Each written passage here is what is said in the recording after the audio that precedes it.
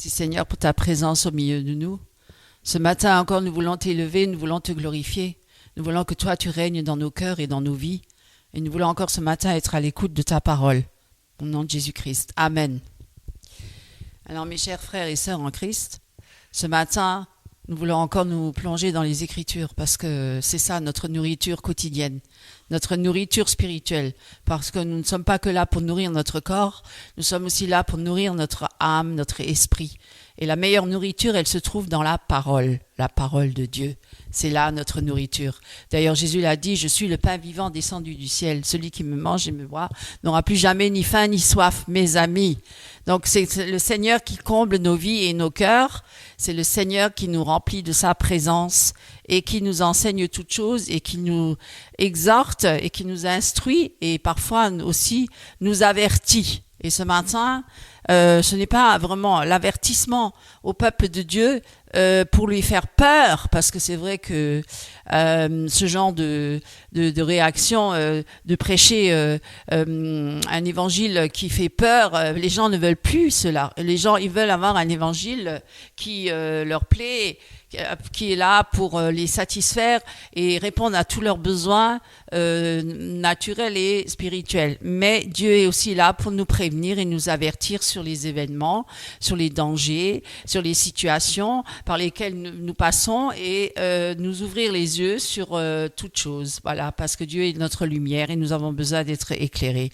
Alors on voit tout autour de nous dans ce monde beaucoup d'événements tragiques, dramatiques. On voit qu'il y a beaucoup de choses qui se passent qui perturbent un petit peu l'homme, qui le met dans une situation un peu d'angoisse aussi, parfois beaucoup. Et l'homme ne sait plus quoi faire parfois et cherche par tous les moyens de régler les problèmes à son niveau, en ne consultant pas Dieu, bien sûr, en cherchant par ses propres moyens, ses propres forces et par son intelligence à trouver des solutions à tous les problèmes de ce monde qui sont de pire en pire et de plus en plus grands. On voit partout des guerres, on voit des situations difficiles, la famine, on voit beaucoup de problèmes, même de péchés énormes, d'inceste, beaucoup de pédophilie, beaucoup de viols. On entend de plus en plus de femmes qui se lèvent pour raconter qu'elles ont été violées par leurs producteurs ou par leurs voisins ou par leur chef ou leur supérieur, et etc. On entend énormément de choses et on voit d'un autre côté une génération complètement pervertie, complètement déboussolée, qui n'a plus aucun repère, le wokisme, etc. Mes amis, quand on voit toute la confusion qu'il y a dans ce monde, quand on voit tout ce qui se passe dans les églises, même toute la confusion dans les églises, toutes les fausses doctrines qui se propagent, on peut se poser la question, mais dans quelle époque on vit? Mais qu'est-ce qui se passe? Et alors, on peut dire que le Seigneur nous avertit en disant, et je vous invite avec moi à lire dans Matthieu 24, verset 37, si vous voulez bien prendre avec. Nous lisons, « Mais comme ont été les jours de Noé, ainsi sera aussi la venue du Fils de l'homme. Car comme dans les jours avant le déluge, on mangeait et on buvait, on se mariait et on donnait en mariage jusqu'au jour où Noé entra dans l'arche. Et il ne connut rien jusqu'à ce que le déluge vint et les emporta tous. Ainsi sera aussi la venue du Fils de l'homme. » Alors vous voyez là, et je vous invite encore à prendre dans Genèse chapitre 6, versets 5 à 22. « Et l'Éternel vit que la méchanceté de l'homme était grande sur la terre, et que toute l'imagination des pensées de son cœur n'était que méchanceté en tout temps. Et l'Éternel se repentit d'avoir fait l'homme sur la terre, et il s'en affligea dans son cœur. » Vous pouvez vous rendre compte que l'Éternel se repentit d'avoir créé l'homme? Vous imaginez ça? À tel point, en voyant toute cette méchanceté sur la terre, la méchanceté dans les cœurs des hommes, que toutes les pensées du cœur de l'homme n'est que portées vers la méchanceté, vers le mal, à tel point qu'il s'en affligea. Et l'Éternel dit, j'exterminerai de dessus la face de la terre l'homme que j'ai créé, depuis l'homme jusqu'au bétail, jusqu'aux reptiles et jusqu'aux oiseaux des cieux, car je me repens de les avoir faits. Vous voyez? Mais Noé trouva grâce aux yeux de l'Éternel. Alors, ce qu'on peut dire là, c'est comme au jour, ces paroles-là, elles sont encore d'actualité aujourd'hui, hein? Parce que, et si vous voulez bien prendre avec moi Luc 17, on va un peu plonger dans les Écritures ce matin. Luc 17, versets 26 à 27. Vous y êtes? Et comme il arriva, Luc 17, versets 26 à 27. Et comme il arriva au jour de Noé, ainsi en sera-t-il au jour du Fils de l'homme aussi. On mangeait, on buvait, on se mariait, on donnait en mariage, on se divertissait, je rajoute, jusqu'au jour où Noé entra dans l'arche et le déluge vint et les fit tous périr. Vous voyez? Les fit tous périr. Et on peut encore prendre, je vais encore vous faire voyager dans la parole. Parce qu'elle est trop forte, la parole. Hein? Elle est très forte. Qui peut contester la parole de Dieu? Dites-moi, quel homme peut contester la parole de Dieu? Hébreux, chapitre 11, verset 7. Par la foi, Noé étant averti divinement des choses qui ne se voyaient pas encore, craignit et bâtit une arche pour la conservation de sa maison. Et par cette arche, il condamna le monde et devint héritier de la justice qui est selon la foi. Et prenez encore avec moi 1 Pierre 3, 20. Donc quand c'est Jésus qui a souffert et qui est allé, donc par lequel aussi étant allé, il a prêché aux esprits qui sont en prison, ont été autrefois désobéissants quand la patience de Dieu attendait dans les jours de Noé, tandis que l'arche se construisait, dans laquelle un petit nombre, savoir 8 personnes, furent sauvées à travers l'eau. Vous vous rendez compte? 8 personnes par rapport à toute la multitude de gens qui vivaient sur la terre. 8 seulement ont été sauvés. On peut dire, mais Dieu, mais c'est pas possible, mais Dieu, il est amour. Comment il a pu détruire autant de monde? C'est à cause de la grande méchanceté et du péché qu'il y a sur la terre. Et on peut encore lire dans 2 Pierre, chapitre 2, verset 5. 2 Pierre. 2 Pierre,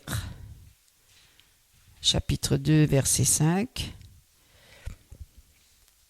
Alors, donc, et s'il n'a pas épargné, alors je lis le 4, car si Dieu n'a pas épargné les anges, vous vous rendez compte, il n'a pas épargné les anges qui ont péché, mais les ayant précipités dans l'abîme, les a livrés pour être gardés dans des chaînes d'obscurité pour le jugement, et s'il n'a pas épargné l'ancien monde, mais a préservé Noé, lui, 8e prédicateur de justice, faisant venir le déluge sur un monde impie.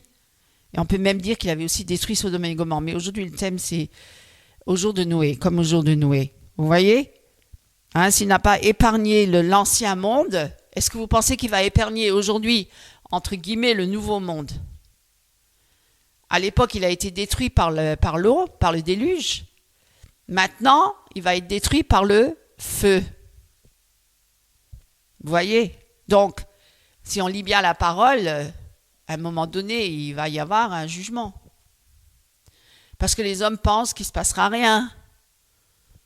Il y en a qui disent, il n'y a pas de Dieu, on fait ce qu'on veut. D'autres, ils disent, mais j'ai encore le temps de me repentir, pour l'instant, je m'amuse encore. Il y en a beaucoup comme ça.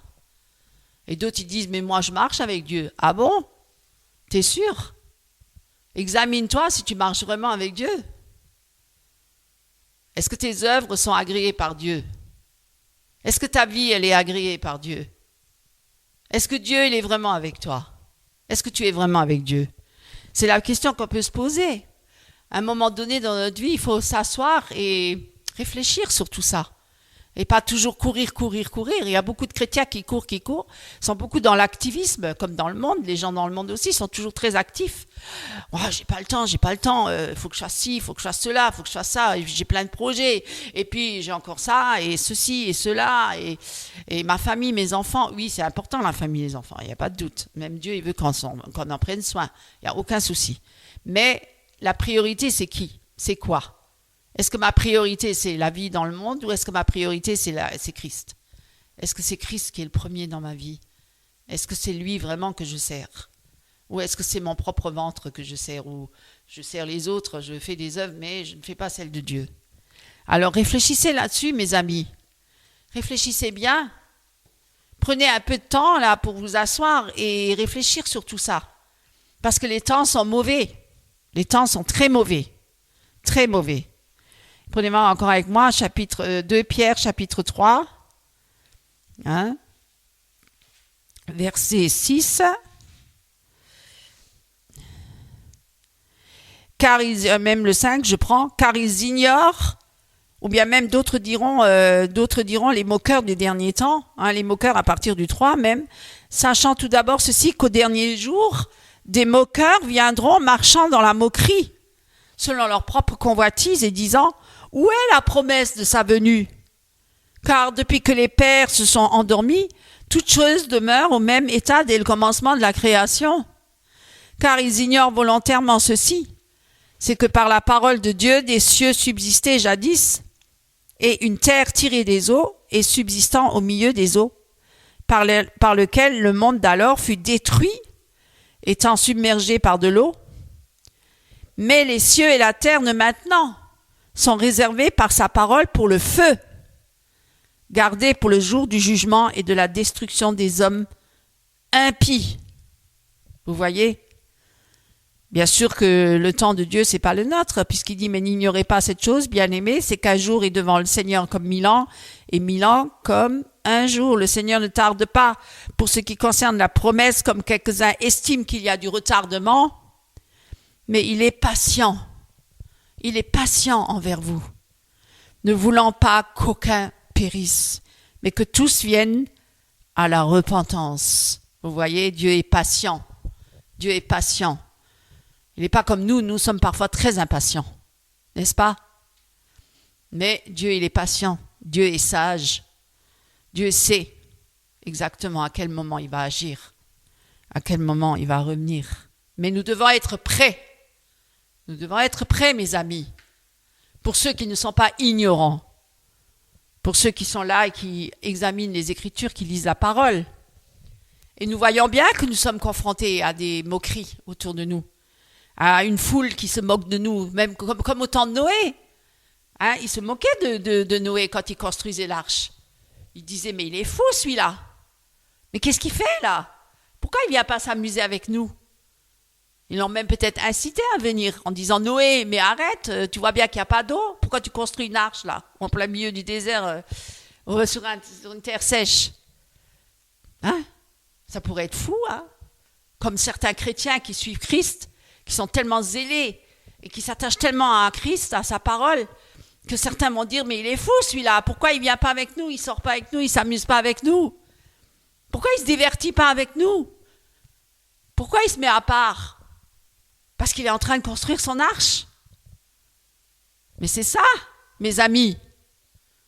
C'est ça, mes amis, parce qu'il est en train de construire son arche. Parce que bientôt, Jésus va revenir et il le sait. Il a été averti par la parole. Mais les hommes, la foule se moque, comme elle s'est moquée à l'époque de Noé, s'est moquée de Noé. Parce que les gens, ils entendent le message du retour de Jésus et du jugement qui va arriver.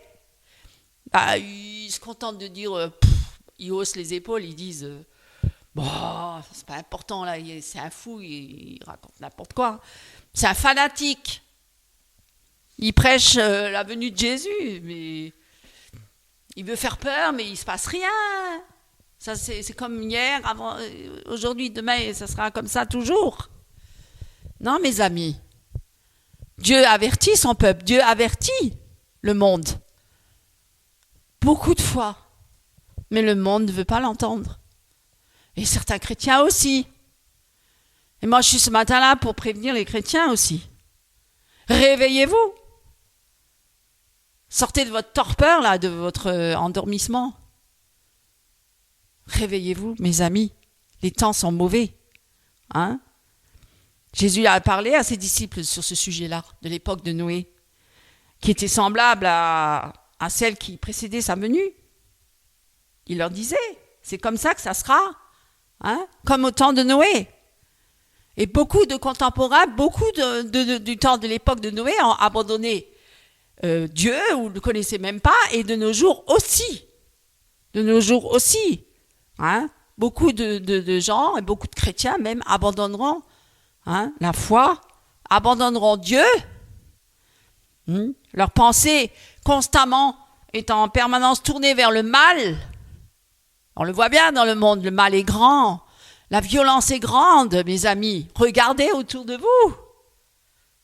C'est affreux. La perversion est grande. Et Noé les avait avertis. Déjà rien qu'en construisant l'arche, il les avait avertis du jugement imminent de Dieu. Mais ils ont rigolé. Ils ont dit, oh, qu'est-ce qu'il nous raconte ce fou-là? D'ailleurs, à l'époque, les prophètes, quand ils venaient sous l'ancienne alliance prévenir ou avertir le peuple de se détourner de leur mauvaise voie ou de leur dire arrêtez de pécher, repentez-vous de vos péchés, revenez à Dieu. Ils ont dit mais qu'est-ce qui nous embête ces prophètes-là? Ils l'ont lapidé, ils l'ont tué, ou ils l'ont harcelé, ou ils se sont moqués de lui. Combien de prophètes étaient affligés sous l'ancienne alliance? Jérémie, les lamentations de Jérémie. Mais parfois, ils écoutaient. Comme avec Ninive, quand il a envoyé Jonas, qu'il a lui-même, il ne voulait même pas y aller. Il a dit, non, moi je ne veux pas y aller. Ce peuple-là, il est mauvais et tout. Mais non, et Dieu l'a quand même envoyé. Et pour ça, il a envoyé une baleine pour qu'il se repente et qu'il dise, ok Seigneur, je fais ce que tu veux. Je viens, je vais prévenir Ninive. Alors ne sommes-nous pas des sentinelles à prévenir et à avertir le peuple de Dieu, ou même le monde, que le retour de Jésus est imminent et que le jugement va être là? Repentez-vous de vos péchés. Dieu ne veut pas qu'un homme ne périsse. Ce n'est pas dans sa nature. Sa nature, c'est l'amour. Il n'a pas créé l'homme pour le détruire. Il l'a créé pour le bénir. Mais seulement, il faut suivre sa voie, son chemin, son obéissance, l'obéissance, sa loi. Et nous l'avons transgressé, la loi. Nous l'avons tous transgressé. Nous sommes tous pécheurs. Il n'y a pas un seul juste sur la terre. Il n'y a même le plus juste d'entre les justes n'est pas juste. Et on est tous perdus, on est tous condamnés. Mais grâce à Jésus-Christ, nous sommes sauvés. C'est Jésus qui a accompli l'œuvre pour nous sur la croix. Il a versé son sang, il a donné sa vie pour nous, pour que nous soyons pardonnés. Il a pris la culpabilité sur lui, la condamnation, la malédiction de la loi sur lui. Il l'a cloué à la croix. Il a souffert à notre place pour nous sauver par amour. Oui, il est amour, mais il est aussi un Dieu qui est un juge aussi, qui va revenir en tant que juge aussi. Avons-nous la crainte de Dieu? Avons-nous la crainte de Dieu? À l'époque-là de Noé, ils n'avaient pas trop la crainte. Pourtant, Noé les avait avertis. Pendant plus de 120 ans, il avait prêché au peuple. Et le peuple n'avait prêté aucune attention à lui. Ils aimaient beaucoup trop leur bon plaisir mondain. Ils préféraient ça. Pour se justifier, ils disaient à Noé que c'était un fanatique religieux. Et oui, il veut nous parler du déluge parce qu'il veut nous effrayer, il veut nous faire peur. Oh là là là là, pourquoi il en vient avec la peur? La peur. On n'aime pas avoir peur. On veut toujours être dans la joie et toujours rigoler. Vous avez déjà remarqué, les païens, ils aiment beaucoup rire. Et ils ont beaucoup de blagues. Ils aiment l'humour. Pour oublier leur vie quotidienne, c'est sûr. Mais voilà, on cherche toujours des moyens pour échapper à la misère de notre vie. Par des distractions, par des divertissements. Et le diable, il sait bien y faire. Il sait nous en donner des divertissements et des attractions et plein de choses pour occuper notre esprit, mais surtout pas chercher Dieu. Et surtout pas se tourner vers Dieu. Quand on est dans la détresse, oh, il y a des moyens techniques humains, va chez le psychologue, va chez le psychiatre, oh, fais du yoga, oh, fais de la méditation transcendantale, oh, bois un petit coup, ça te fera du bien, tu oublieras ta misère, oh, drogue-toi un peu, tu verras, tu seras dans un autre monde, hein, tu seras Dieu. Prends du LSD, tu seras Dieu. Voilà. Et d'ailleurs, même certains chrétiens, ils n'ont pas besoin de prendre du LSD, ils se prennent déjà pour Dieu. I am, je suis Dieu. Nous sommes Dieu. Ah bon? T'as créé le monde? T'as créé le ciel et la terre et tout l'univers? T'es Dieu? Franchement, c'est une abomination. Un homme qui dit qu'il est Dieu. Vous vous rendez compte? Mettez-le devant l'Himalaya. Est-ce qu'il a créé ça? Est-ce qu'il a créé les anges? Les archanges? Hein? Est-ce qu'il a créé toutes choses, les étoiles du ciel, les planètes? Est-ce qu'il a créé tout ça? Ouais. Alors mes amis, l'homme, il est insensé l'homme, hein? C'est incroyable. Et nous sommes toujours confrontés de nos jours avec toujours à cette même foule. Quand on dit, si maintenant on va sortir dehors et aller dire aux gens, arrêtez de pécher, on est à la fin des temps, Jésus va revenir, repentez-vous de vos péchés. Mais ils vont vous lapider. Ils vont vous piétiner. Ils vont se moquer de vous. Vous aurez une foule moqueuse devant vous. Ils vont dire, mais c'est un fou, enfermez-le, mettez-le en psychiatrie. Vous vous rendez compte? Mais c'est vrai. C'est vrai. Lorsque les gens ils entendent un message comme ça ne les intéresse pas. Mais si vous leur dites, oh, entre dans ta destinée, oh, l'estime de soi, etc. Tu es un grand homme, tu es une grande femme, tu es merveilleuse, tu es une créature merveilleuse. Bien sûr, tu es une créature merveilleuse, Dieu l'a dit. Bien sûr, on a été créé à son image. Bien sûr, car le corps d'un homme et une femme, c'est merveilleux. Comment le sang, les veines, les artères, les cellules, comment ça se reproduit, tout, c'est merveilleux. C'est la science et tout ça, la création, c'est merveilleux. Mais ça, c'est l'œuvre de Dieu. C'est la signature de Dieu, ça. C'est pas la nôtre. Mes amis, c'est pas la nôtre. Hein? Et si on viendrait avec ces messages-là, beaucoup de gens, ils ne s'intéresseraient pas à nous, hein. Ils se détourneraient de nous. C'est pour ça qu'ils préfèrent des prédicateurs qui chatouillent leurs oreilles, là, la démangeaison de leurs oreilles pour leur dire des bonnes choses. Mais non, t'es pas si mauvaise que ça, t'es quand même une bonne personne. Alors que dans la Bible, il est dit, tu es pécheur et il n'y a rien de bon dans le cœur de l'homme et jusqu'à la moelle, jusqu'à l'os, il est pourri. Et qu'il a besoin de Jésus comme sauveur. Et qui doit se repentir. Hein? Alors, bien sûr, ils vont dire, ah, mais c'est un fou, il veut effrayer les gens, là. Avec lui, on ne peut pas s'amuser, avec lui, on ne peut pas rigoler, on n'a rien le droit de faire. Mais si, mes amis, c'est pas la question. Mais non. Alors, forcément, il ne va pas se faire des amis, il va se faire beaucoup d'ennemis. Quelqu'un qui va prêcher cet évangile-là. Et bien sûr qu'il se retrouvera tout seul, peut-être. Mais souvent, ceux qui veulent vraiment suivre Christ, ils vont se retrouver sur un chemin étroit et parfois seuls. Mais il n'est pas tout seul. Jésus, il est avec lui. Il aura beaucoup d'opposition, bien sûr. Parfois même ses proches, ses amis seront ses ennemis. C'est écrit dans la parole. Seront tes ennemis de ta maison. Pourquoi? Parce que c'est la chair qui s'oppose. Hein? Oh, il y a une inimitié entre la chair et l'esprit. Ils ne sont pas d'accord, les deux. Entre les ténèbres et la lumière, il n'y a rien en commun. Non. Alors, bien sûr, on peut se retrouver seul. Mais on n'est pas tout seul, puisqu'on a le grand Dieu Tout-Puissant avec nous. Parfois, il y a une grande opposition, comme Élie à l'époque, en face de tous ces faux prophètes. Il s'est retrouvé tout seul. Mais ils l'ont même défié.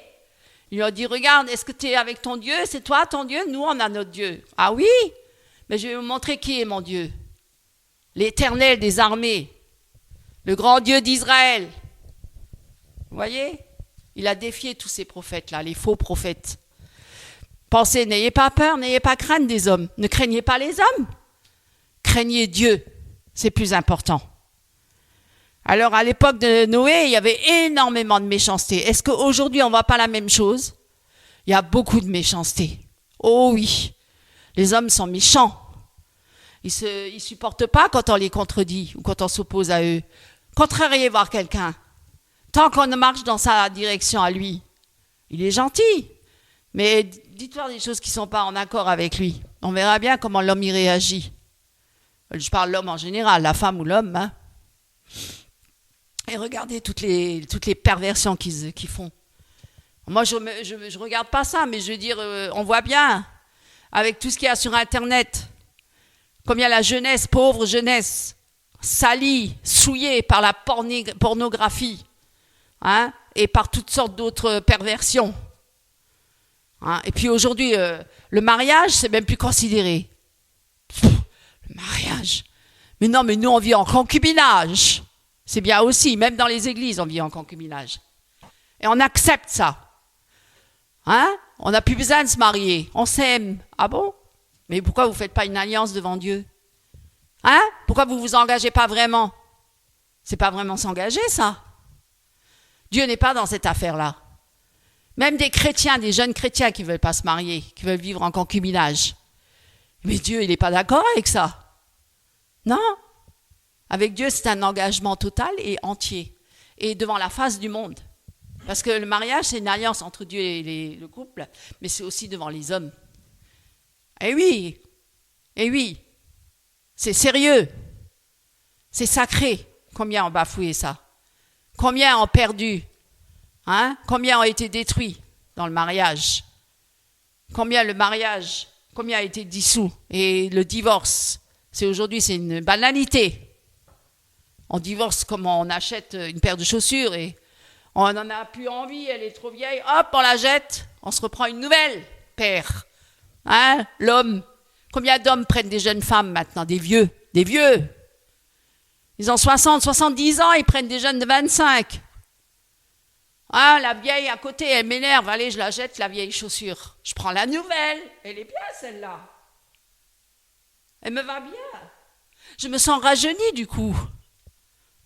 Hein? Les vieux de 70 ans qui sont rajeunis du coup, avec une nouvelle paire de chaussures.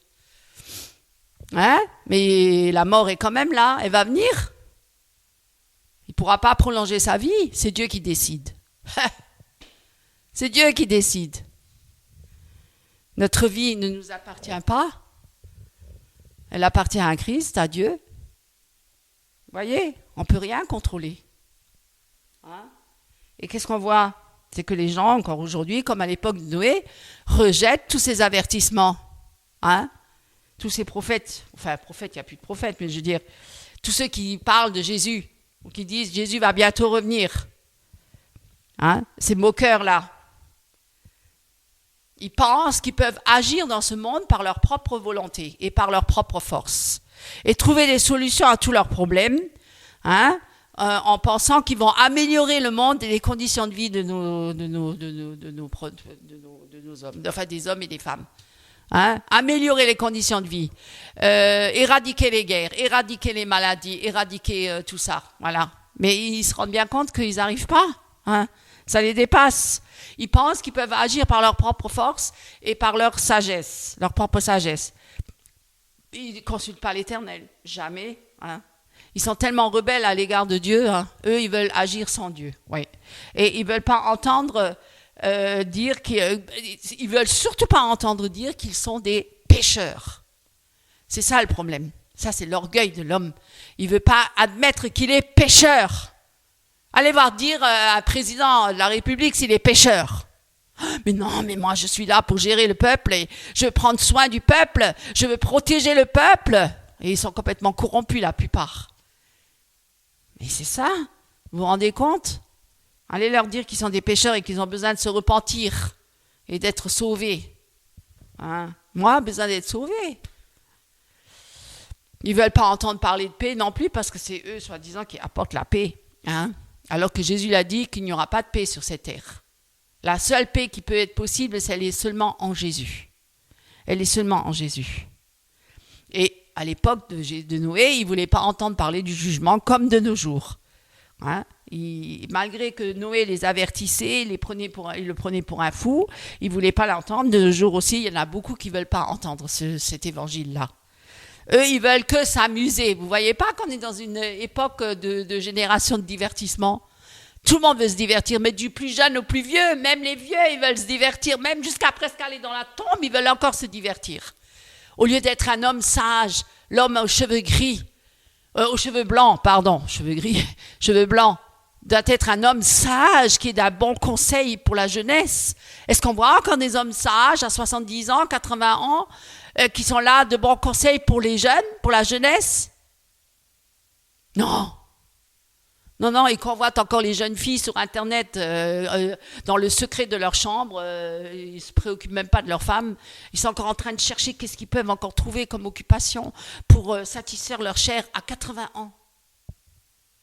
Vous imaginez?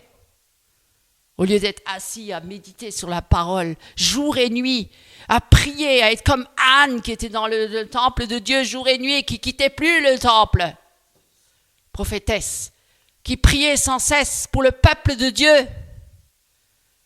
Est-ce qu'on en trouve encore des gens comme ça à cet âge-là? Qui sont là dans le secret de Dieu pour prier? Non, maintenant il faut raisonner les personnes âgées. Ils sont dans leur folie. Il faut les raisonner, il faut prier pour eux pour qu'ils sortent de leur folie à 80 ans. Vous vous rendez compte? C'est ça. Il y a tellement d'immoralité. Il y a tellement de crimes. Il y a tellement de toutes ces femmes qui se dénudent, qui s'exposent nues devant tout le monde entier, devant tous les hommes, quelle honte. Combien les hommes sont peinés parfois. Alors les hommes aussi sont des pécheurs parce qu'ils regardent ça, mais ils sont tout le temps harcelés avec ça. Constamment, les femmes le savent. Par qui elles sont animées pour faire ce genre de choses? Par qui elles sont animées? Certainement pas par Dieu. C'est par l'ennemi. Pour provoquer les hommes, pour les faire chuter, pour les faire tomber. Pour faire tomber les hommes mariés. Faire tomber les célibataires. Faire tomber les vieux de 80 ans, 90 ans. Vous vous rendez compte? Elles exposent toute leur nudité. Et les hommes sont en combat, en bataille avec ça. Combien de mariages détruits à cause de ça? Elles sont fières d'avoir détruit les mariages. Elles sont fières de leur œuvre. Et les hommes qui veulent changer de sexe, ils veulent même plus être des hommes, ils veulent être des femmes. Ils pensent qu'une femme, c'est meilleur, c'est mieux d'avoir une situation de femme. Vous vous rendez compte? Il y a tellement de dégénérescence dans ce monde. Tellement de perversion, tellement de dérèglement. L'homme est complètement déréglé. Il est détraqué. On est vraiment à la fin des temps. Et le Seigneur, il est à la porte, mes amis. Le Seigneur est à la porte. Je vais m'arrêter là, je vais abréger parce que le temps presse. Quoique, ce que je voulais dire, c'est est-ce que vous lui avez vraiment confié votre vie? Est-ce que c'est la décision la plus importante de votre vie, mes amis? C'est votre âme, le salut de votre âme, de votre éternité qui en dépend. Nous ne sommes que de passage sur la terre. Qu'est-ce que la vie d'un homme sur la terre? Pour le plus robuste, 80, 90 ans? Mais c'est rien par rapport à l'éternité. Où allons-nous passer notre éternité, mes amis? Réfléchissez là-dessus. Je vous le dis, que Dieu vous bénisse. Amen. Bonjour mes frères et sœurs en Christ, ce matin je vais vous lire le psaume 12. Il s'intitule « Les pensées pures au sein de la difficulté ». Sauve Éternel, car les hommes pieux s'en vont, les fidèles disparaissent parmi les fils de l'homme. On se dit des faussetés les uns aux autres, on a sur les lèvres des choses flatteuses, on parle avec un cœur double. Que l'Éternel extermine toutes les lèvres flatteuses, la langue qui discourt avec arrogance. Ceux qui disent « Nous sommes puissants par notre langue, nous avons nos lèvres avec nous. Qui serait notre maître? Parce que les malheureux sont opprimés et que les pauvres gémissent. Maintenant, dit l'Éternel, je me lève. J'apporte le salut à ceux qu'entre l'on souffle. Les paroles de l'Éternel sont des paroles pures. Un argent éprouvé sur terre au creuset, et 7 fois épuré. Toi, Éternel, tu les garderas, tu les préserveras de cette race à jamais. Les méchants se promènent, de toutes parts, quand la bassesse règne parmi les fils de l'homme. Amen. Soyez richement bénis. Frères et sœurs en Christ, chers amis, chers invités, chers internautes, que le Seigneur soit glorifié ce matin. Nous allons dans la parole de Dieu pour le texte de base, dans Romains chapitre 3, verset 11. Je vous fais la lecture. Nul n'est intelligent, nul ne cherche Dieu, tous sont égarés, tous sont pervertis. Il n'en est aucun qui fasse le bien, pas même un seul. Donc nul n'est intelligent, nul ne cherche Dieu. 1 Corinthiens, chapitre 1, verset 22, les Juifs demandent des miracles et les Grecs cherchent la sagesse. Nous prêchons Christ crucifié. Scandale pour les Juifs et folie pour les païens. Mais puissance de Dieu et sagesse de Dieu pour ceux qui sont appelés, tant Juifs que Grecs. Pour ceux qui sont appelés. Dieu appelle. Ce matin, j'aimerais vous parler de Jésus-Christ. Et Jésus-Christ crucifié. L'apôtre Paul, au verset 23, nous recommande effectivement de prêcher Jésus-Christ crucifié et non pas de prêcher des miracles et des guérisons. Le salut est offert par Jésus-Christ sur la croix de Golgotha. Et c'est sur la croix de Golgotha que Jésus-Christ a détrôné Satan. Et c'est la croix que nous devons prêcher. Les miracles accompagneront ceux qui auront cru. Mais l'évangile n'est pas l'évangile de prospérité que nous devons apporter, mais l'évangile de la croix, mes amis.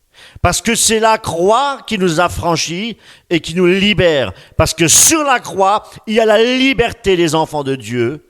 Parce que Jésus-Christ en a payé le prix. Il a souffert à cause de nos péchés. Et le message de la croix, mes amis, devient de plus en plus rare. Alors qu'il devrait être de plus en plus fréquent et prêché. Parce que, comme je le dis, c'est à la croix de Golgotha que tout a été accompli. Tetelestai en grec. Tout est accompli. Et accompli pour qui? Pour vous et pour moi. Qu'est-ce qui est accompli? L'amour parfait. Dieu le Père nous a donné son Fils unique, Jésus-Christ, pour mourir sur la croix.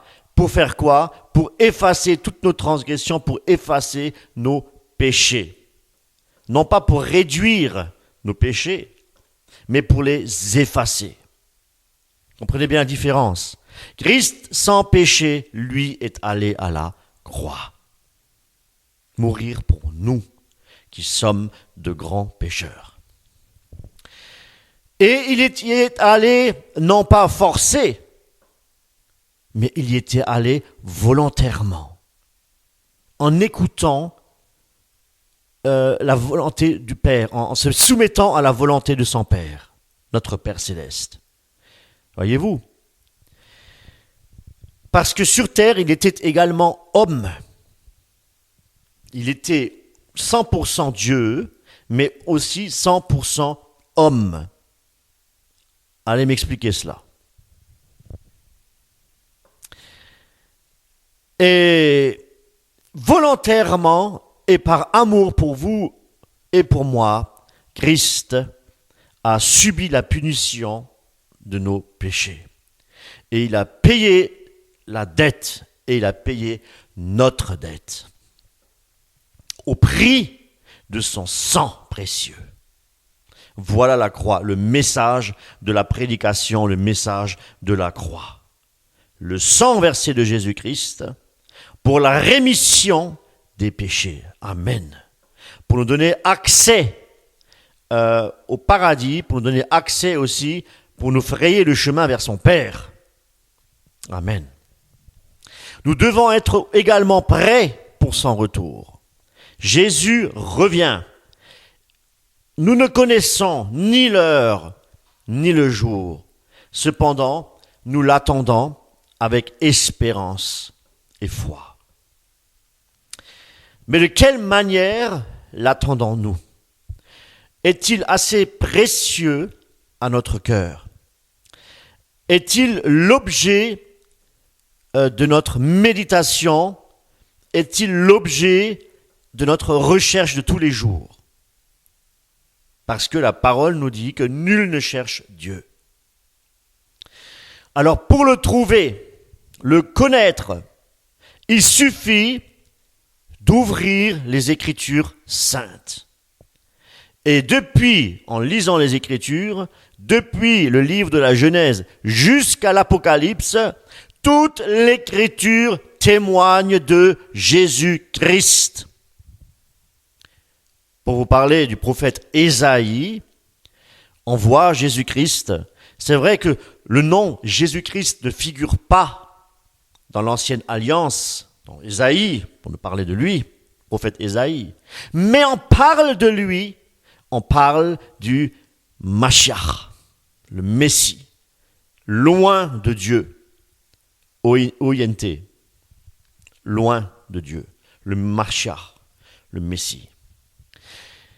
Et dans la Nouvelle Alliance, on nous dit que le Christ est le vrai cep.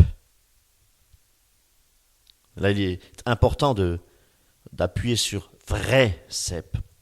Pourquoi vrai? Parce qu'il est le chemin, la vérité et parce qu'il est la vie. Il est le Fils du Dieu vivant. Et la Bible nous enseigne également qu'il est le pain descendu du ciel. Le pain, la nourriture céleste. Il est venu sur la terre pour vivre dans un corps humain qui est semblable au nôtre. Le Dieu Tout-Puissant a envoyé son Fils Jésus-Christ sur cette terre pour devenir semblable, pour avoir un corps semblable au nôtre, pour une mission précise. Non pas que pour guérir les malades, non pas que pour chasser les démons, parce que cela ne sauve point. Mais sa mission était de payer la dette de notre péché, pour nous sauver du jugement qui va tarder, ne pas tarder, qui va venir sous peu. Et le Seigneur, il est venu, oui, je disais, comme un simple homme, pour nous montrer aussi l'exemple de la marche à suivre.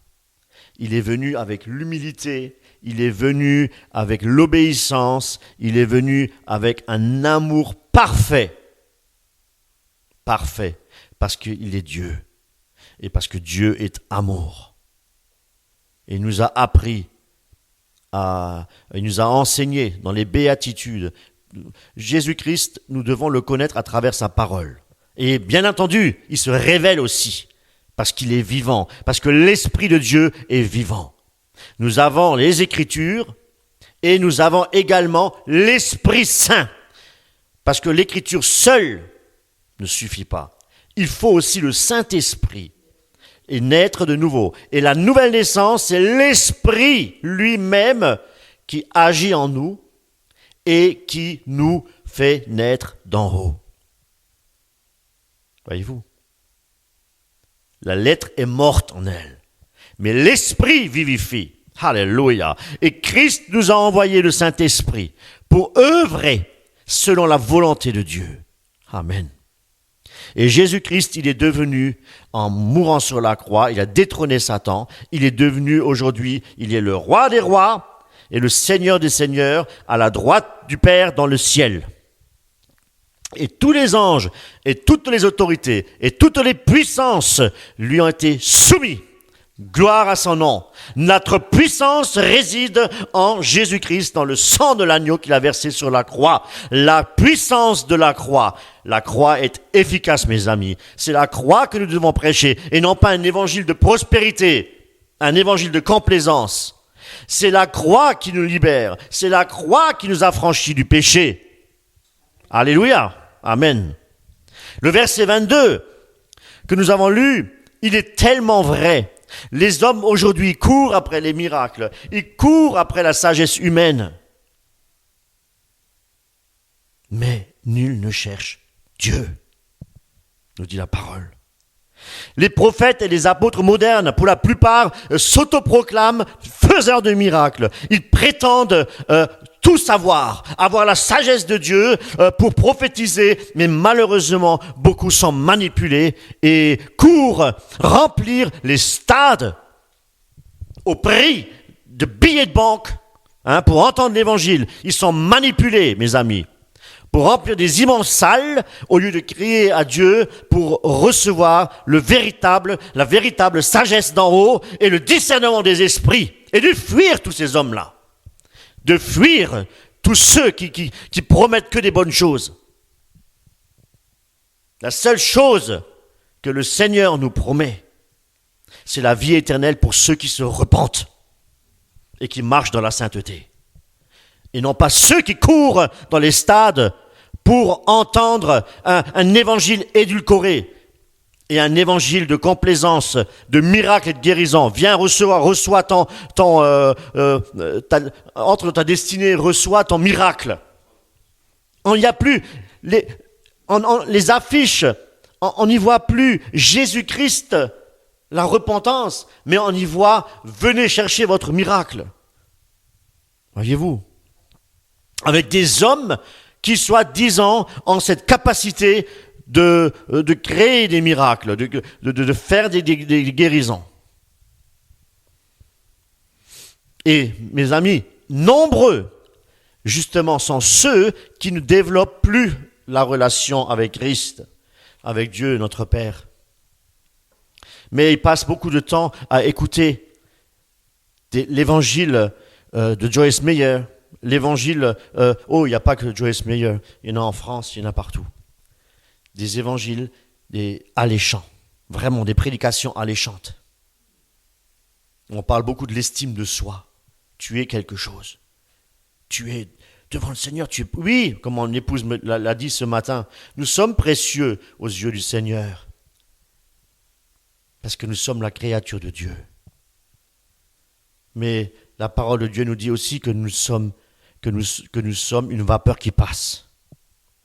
Pourquoi ? Parce que sans le Seigneur, nous ne sommes rien. Notre force, elle est en Jésus-Christ. Nous avons tout en Jésus-Christ. Toute la plénitude est en Jésus-Christ. Et c'est en Jésus-Christ que nous devons faire confiance et pas dans la prédication des hommes qui proclament un évangile édulcoré. Excusez-moi. Et au lieu de cela, nous devrions plutôt méditer la parole de Dieu. Parce que c'est dans la parole que Dieu se révèle. Dieu se révèle dans sa parole uniquement. Et chercher la communion avec notre Christ. Et pourquoi ? Parce que Christ est vivant. Et parce qu'il a envoyé son esprit. Nous devons chercher des choses d'en haut, mes amis. Et non pas des évangiles terrestres du Kim Dan Nao. Voilà. Et concernant les gens du monde, ils ne se soucient pas de connaître le véritable Christ. Alors qu'est-ce qu'ils font ? Ils s'attachent au plaisir de la chair, ils s'attachent à tout ce que le monde peut offrir, à distraction, etc. Et c'est pourquoi il est écrit dans Romains 3, « Nul n'est intelligent, nul ne cherche Dieu. » L'amour pour le Christ disparaît.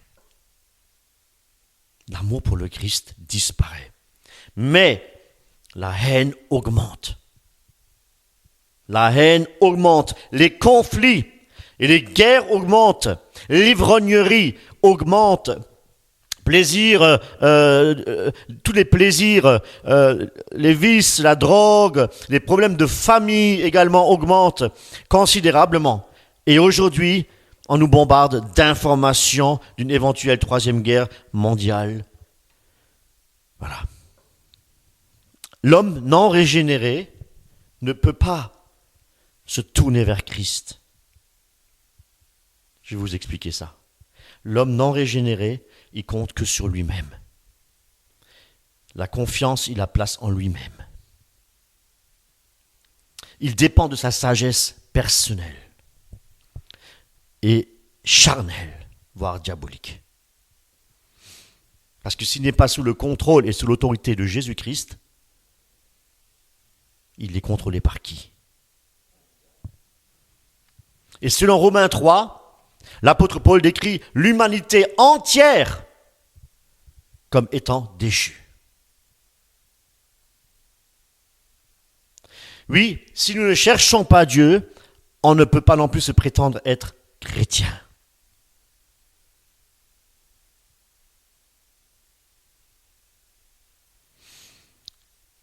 Et lorsque nous posons la question aux gens qui sont dans le monde, s'ils sont chrétiens, vous allez être surpris. La majorité vont dire oui. Ils ne vont pas dire je suis chrétien, ils vont dire oui, je suis catholique. Je crois en Dieu. Ou je crois en quelque chose, je suis catholique. Et si vous leur demandez s'ils lisent la Bible, qu'est-ce qu'ils vont vous répondre? Ils vont vous répondre qu'ils n'ont pas le temps.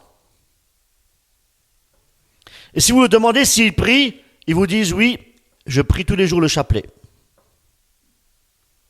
Et si vous leur posez la question s'ils vont à l'église, ils vont vous répondre oui, j'y vais occasionnellement pour le mariage, j'y vais occasionnellement quand il y a des enterrements et pour des communions. Vrai ou faux?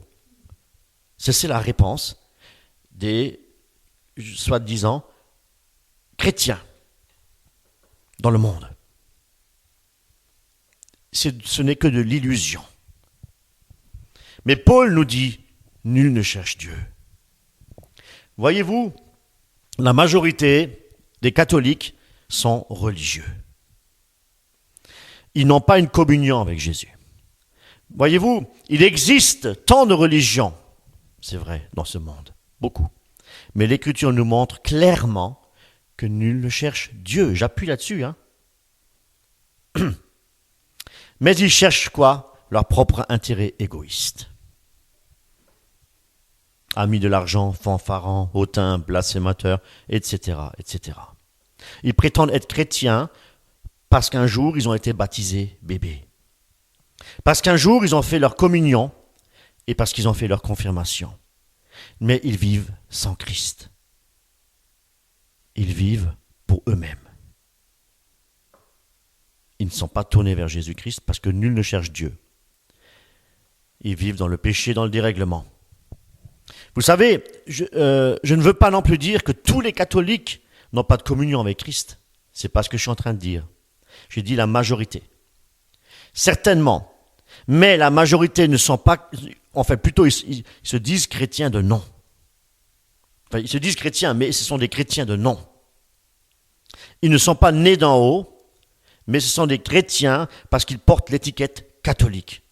Je suis catholique, donc je suis chrétien. Je suis baptisé, donc je suis chrétien. Catholique. Et nous savons, contrairement à ce que chantait Michel Polnareff, nous irons tous au paradis. Eh bien, que ce n'est pas parce qu'on adhère à une religion ou une forme de mouvement chrétien qu'on est sauvé. Et nous n'irons pas tous au paradis, comme le prétend Michel Polnareff. Et pourtant, il y a tant de religions dans le monde. On pourrait dire qu'il y a beaucoup d'adeptes qui cherchent également Dieu. Il y a tellement de religions. Si on se, comment dire, si on veut suivre une religion, c'est parce que quelque part, on cherche Dieu. C'est ce qu'on se dit. Il y en a qui cherchent Dieu au travers de la philosophie, le bouddhisme. Vous voyez?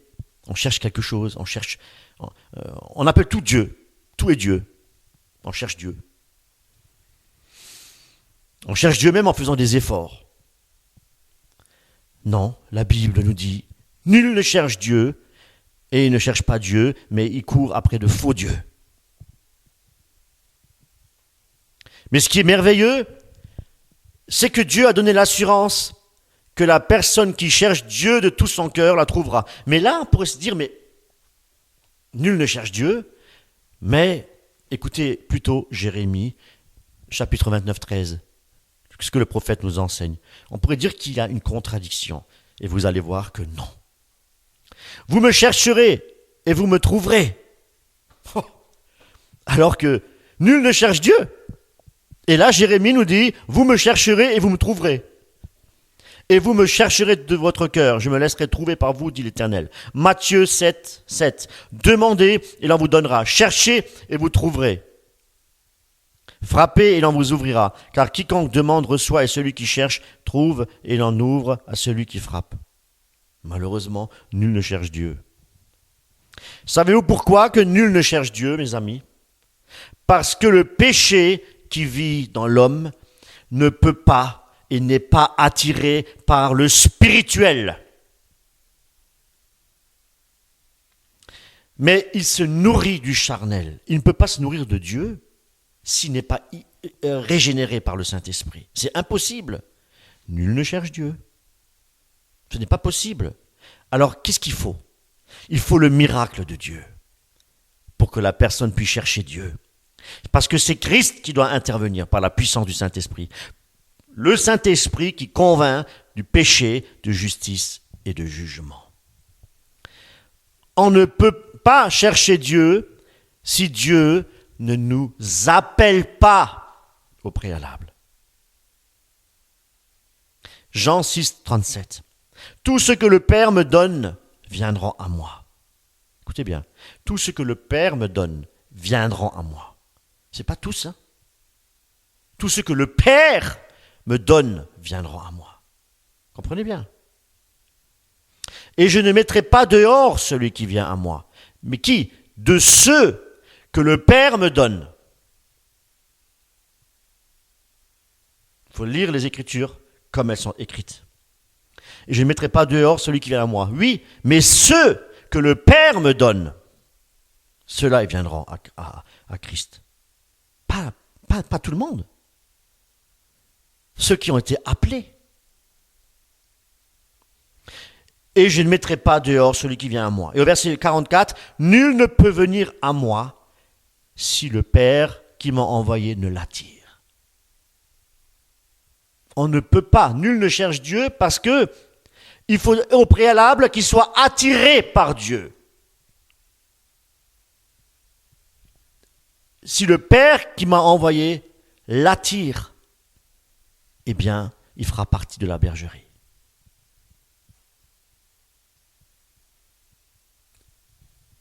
Clairement, on voit très clairement qu'il y a des personnes, Hitler par exemple, n'a jamais été appelé par Dieu. Vous voyez ?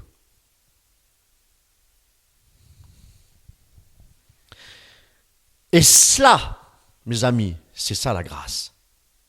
Une faveur imméritée. Nous ne pouvons même pas estimer le prix de la grâce. Que nous sommes sauvés par le moyen de la foi. Parce que les œuvres seules ne sauvent pas. Parce qu'il n'y a rien de bon dans le cœur de l'homme.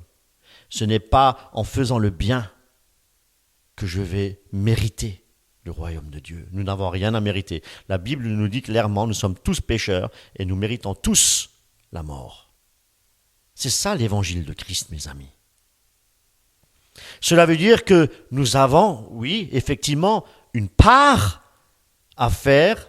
Nous sommes responsables et une œuvre pour notre salut. Nous avons une œuvre à réaliser pour notre salut. Qu'est-ce que je suis en train de vous dire là? Qu'est-ce qu'il faut faire pour mériter le salut? C'est très simple. Il faut faire l'œuvre de la foi. Le brigand sur la croix. Pensez-vous qu'il a eu le temps de descendre de la croix et commencer à faire des œuvres pour être sauvé? Il a compris que c'est par la foi que nous sommes sauvés. Et cela, c'est l'Esprit de Dieu qui lui a révélé dans son cœur.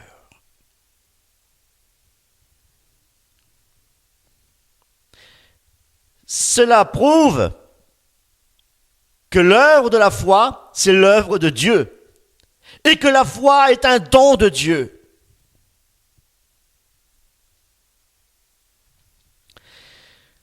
La foi ne vient pas de nous. La foi vient de ce que l'on entend. Et ce que l'on entend vient de la parole de Dieu. La foi qui sauve. Alléluia. Nous devrions faire les œuvres pour être sauvés. Non. La seule œuvre que nous devons faire, c'est la foi en celui qui a le pouvoir de nous racheter. Alléluia. Et cela ne dépend pas de nous, tout dépend de Dieu. Parce que Dieu est souverain en toutes choses. Si vous êtes là ce matin, c'est parce que Dieu vous a appelé.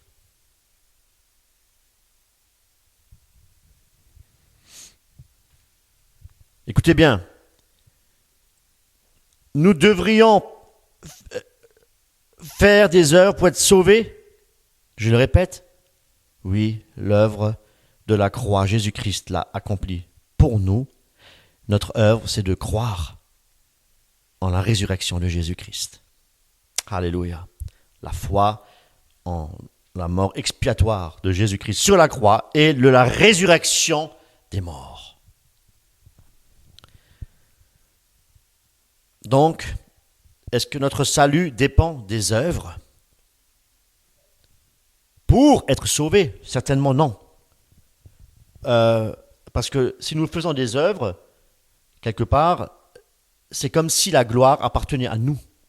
Comprenez? Mais nous n'avons pas à nous glorifier de nous-mêmes. Toute la gloire revient à Dieu et à Christ. C'est lui qui nous sauve. Le salut nous a été donné de Dieu lui-même par le moyen de la foi, nous dit la parole de Dieu, qui est le don de Dieu. Et qu'est-ce qu'il a fait pour que la gloire lui revienne à lui seul? Qu'est-ce qu'il a fait? Il a dépouillé les principautés, les pouvoirs, il a triomphé totalement des puissances des ténèbres sur la croix. Il a détrôné Satan et par cette œuvre rédemptrice, c'est lui qui a fait l'œuvre. À tous ces prophètes des nations contemporains qui se prennent pour des grands, pour des serviteurs de Dieu, uniquement en faisant des miracles et des guérisons, déjà, si c'était des vraies guérisons et des vrais miracles, l'œuvre déjà revient à Christ et pas aux hommes qui le font. Ils sont rien du tout. Mais en plus de ça, c'est des fausses guérisons et des faux miracles. Et ils crient derrière le micro, croyant avoir l'autorité de Christ, alors qu'ils n'ont rien du tout. C'est que l'orgueil dans leur cœur. Parce que Satan aussi fait des miracles et des prodiges pour séduire. Et il en fera de plus en plus, et de plus en plus, et de plus en plus. Parce que les gens regardent à ce qui frappe l'œil. Les gens regardent, ayant des démangeaisons des oreilles pour entendre les choses agréables, se tourneront une foule. Vous comprenez? La vérité, elle est là. L'homme ne cherche pas Dieu. L'homme doit au préalable être appelé par Dieu. Mais l'homme, dans sa curiosité malsaine, va dans les stades, remplir les stades et remplir aussi les poches de tous ces faux docteurs qui prétendent avoir une autorité qu'ils n'ont jamais reçue. Toute la gloire revient à Jésus-Christ. Le salut nous a été donné de Dieu lui-même, et cela par le moyen de la foi. Et la foi est un don de Dieu. Et qu'est-ce qu'il a fait? Comme je vous ai dit, il a détrôné Satan. Prenons Colossiens, chapitre 1, verset 12. « Rendez grâce au Père qui vous a rendu capable d'avoir part à l'héritage des saints dans la lumière, qui nous a délivrés de la puissance des ténèbres et nous a transportés dans le royaume du Fils de son amour. » Quand vous vous dirigez dans ces assemblées, dans toutes ces dénominations charismatiques, dites-moi, est-ce que c'est ce prophète, ce pasteur qui vous délivrera de la puissance des ténèbres et qui vous transporte dans le royaume du Fils? Certainement pas. Alors pourquoi vous y allez? cherchez l'Éternel. Cherchez l'Éternel. Parce que c'est en Jésus-Christ que nous avons la rédemption et que nous avons la rémission des péchés.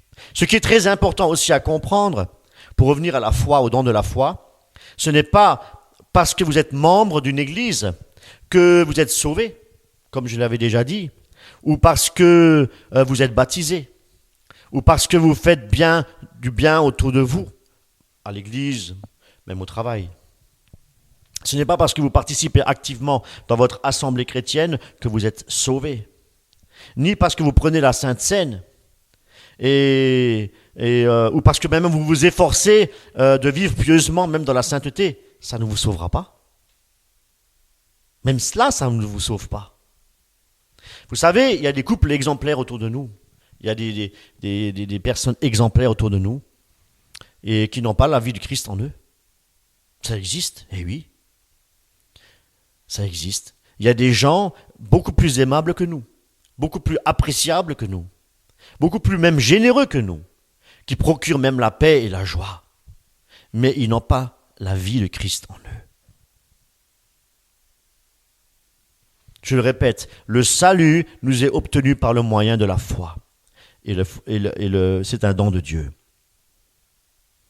Une grâce, c'est-à-dire que nous ne le méritons pas, comme je l'avais expliqué, c'est une faveur imméritée, effectivement, mais nous sommes pécheurs et même si nous voulions faire de grandes œuvres, le péché ne sera pas effacé. Et comme je vous ai expliqué, il faut l'intervention divine. Il nous faut la grâce et il nous faut le don de la foi. Amen. Et comment recevoir le don de la foi? En acceptant l'œuvre complète expiatoire de Christ sur la croix. C'est pourquoi nous devons prêcher l'évangile de la croix.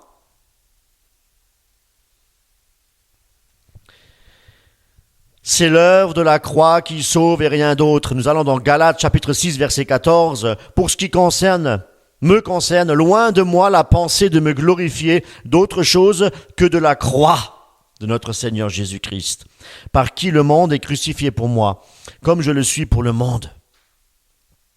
Mais si nous sommes sauvés par la grâce, par le moyen de la foi qui est le don de Dieu, pourquoi devons-nous aussi pratiquer des bonnes œuvres? On peut se poser la question.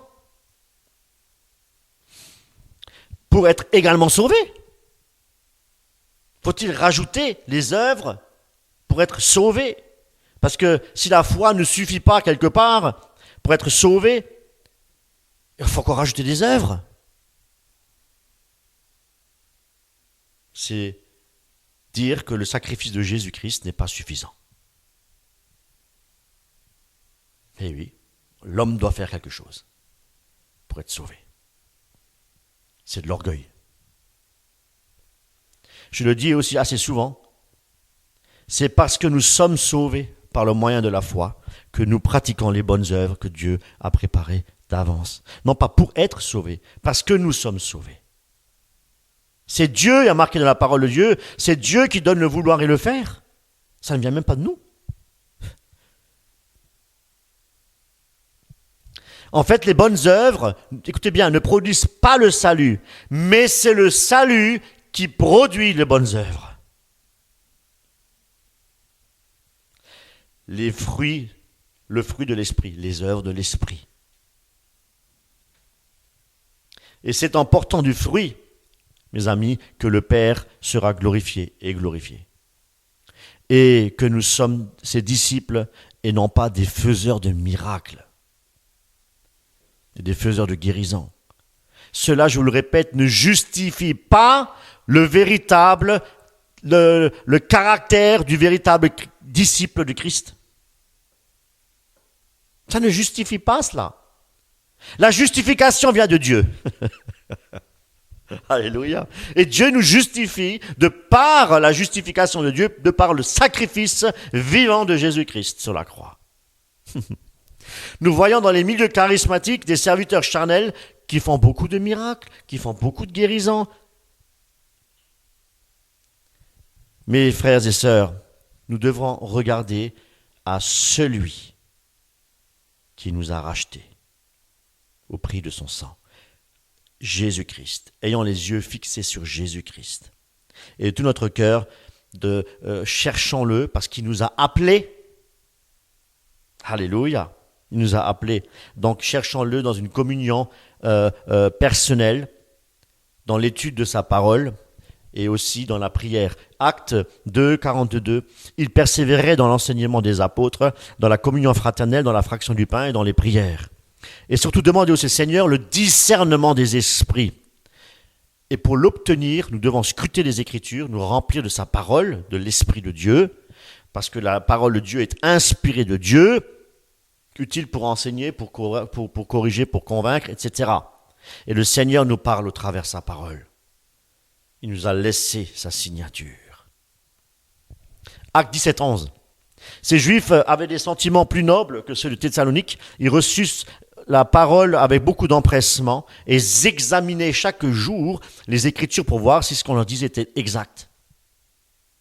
Donc Dieu parle, mes amis, à travers sa parole. Et si vous êtes perturbé par des prédicateurs sur Internet, vous ne savez pas s'ils sont de Dieu, vous dites, mais qu'est-ce qui se passe? Je suis confus. Est-ce la parole de Dieu? Est-ce qu'ils sont réellement des enfants de Dieu? Est-ce qu'ils sont réellement ceci? Est-ce qu'ils sont réellement cela? Mes amis, ce n'est pas le plus important. Le plus important, c'est que vous savez que Dieu vous aime, que le Seigneur vous a appelé, et que ce ne sera pas en écoutant ces prédicateurs que vous allez devenir sage aux yeux de Dieu ou avoir la révélation. Dieu se révèle à vous personnellement en étudiant sa parole et en priant. Et le Seigneur vous donnera aussi le discernement des esprits. Demandez à Dieu le discernement des esprits pour savoir si ce que vous écoutez vient de Dieu ou pas. Voilà ce que vous devez faire. Comme les chrétiens, comme les Juifs de Bérée. Ils examinaient chaque jour pour savoir si ce qu'on leur disait était scripturaire, venait de Dieu. Alors moi, ce que je vous conseille, c'est si vous avez un doute, ne les écoutez plus et cherchez l'Éternel. Cherchez l'Éternel. Et de passer beaucoup plus de temps avec le Seigneur et de mettre en pratique Acte 17, 11, dont moi je suis le premier. Parce que moi-même je suis séduit par toutes ces choses-là. Je dois aussi apprendre à rester dans la parole de Dieu. Vous voyez, nous sommes tous séduits par cela.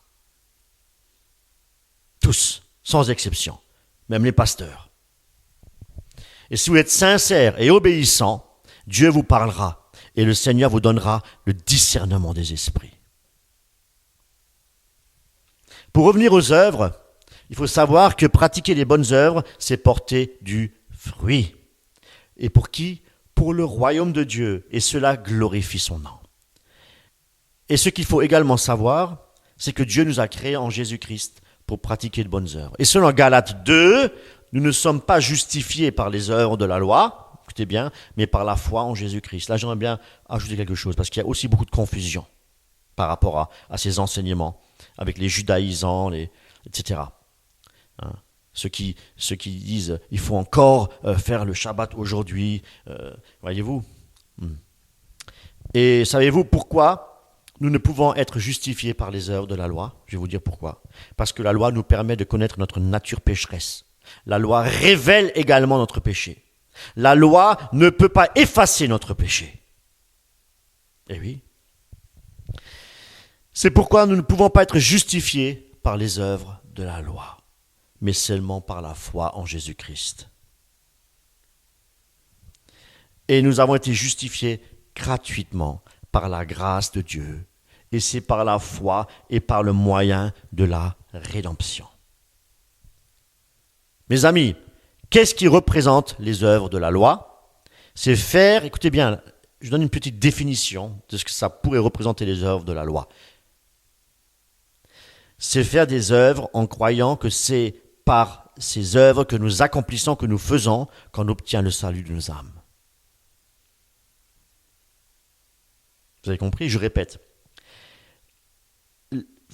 Faire des œuvres et que je crois que les œuvres que j'accomplis me permettent d'obtenir la vie éternelle, le salut de mon âme. Et combien de personnes disent « Oh, Je n'ai rien fait de mal. Au contraire, je fais régulièrement de bonnes œuvres, certainement peut-être même mieux et plus que certains chrétiens. Eh bien, je pense, moi, mériter la vie éternelle. Je pense mériter la vie éternelle. Et c'est exactement cela, le salut obtenu par les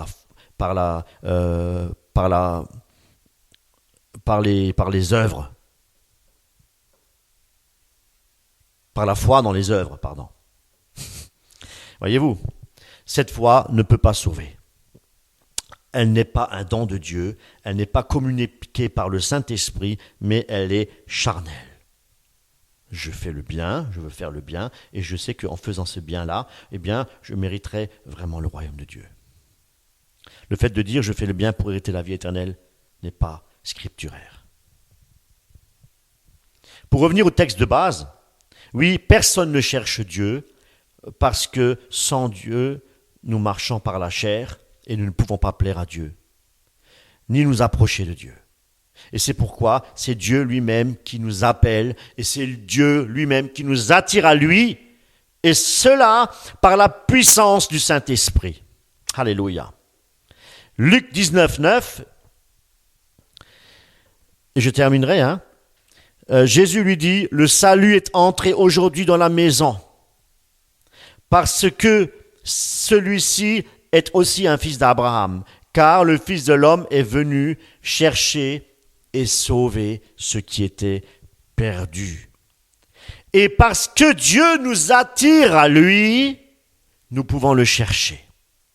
Alors cherchant la face de Dieu, encore 2 Chroniques chapitre 7 verset 14, si mon peuple qui est appelé de mon nom s'humilie, prie et cherche ma grâce, s'il se détourne de sa mauvaise conduite, moi je l'écouterai du ciel, je lui pardonnerai ses péchés et je le guérirai son pays. Mais voyez-vous, quand Dieu nous appelle, nous devons pratiquer les œuvres, à savoir exercer toutes choses dans un esprit d'humilité, comme Jésus-Christ le faisait, persévérer dans la prière, dans la fraction du pain, persévérer dans la prière, marcher d'une manière digne de la repentance, en nous détournant, selon 2 Chroniques, en nous détournant de nos mauvaises voies.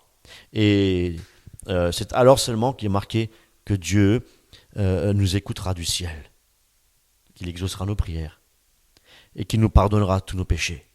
Voyez-vous, c'est la repentance. Sans la repentance, nous ne pouvons pas. Donc la repentance, ça comprend quoi? Ça comprend un esprit contrit, humilié. Celui qui prie et cherche ma grâce, il se détourne de sa mauvaise voie. Voilà, la repentance, c'est aussi se détourner de ses mauvaises voies, sa mauvaise conduite. Et là, il dit, Dieu dit, moi, je l'écouterai du ciel et je lui pardonnerai ses péchés. Donc, s'il n'y a pas de repentance, il n'y a pas de pardon de péché. Il faut au préalable se repentir et demander pardon au Seigneur. Et le Seigneur exaucera sa prière, l'écoutera et lui pardonnera tout le péché et guérira son pays. Il pourra même guérir, si vous êtes atteint d'une maladie incurable, le Seigneur peut vous guérir. Nous croyons en la guérison miraculeuse, parce que nous-mêmes l'avons déjà expérimenté. Dieu est tout puissant, même un frère parmi dans l'assemblée qui a lui-même expérimenté une guérison miraculeuse du Seigneur, M. Réazis qui a disparu. Voilà. Donc le Seigneur, il est tout puissant, et ce qui est impossible aux hommes est possible à Dieu. Mais au préalable, nous devons nous repentir. Et je terminerai avec un dernier verset dans Hébreux chapitre 3 verset 7. C'est pourquoi, selon ce que dit le Saint-Esprit, aujourd'hui, si vous entendez sa voix, n'endurcissez pas vos cœurs. Amen. Et j'allais oublier,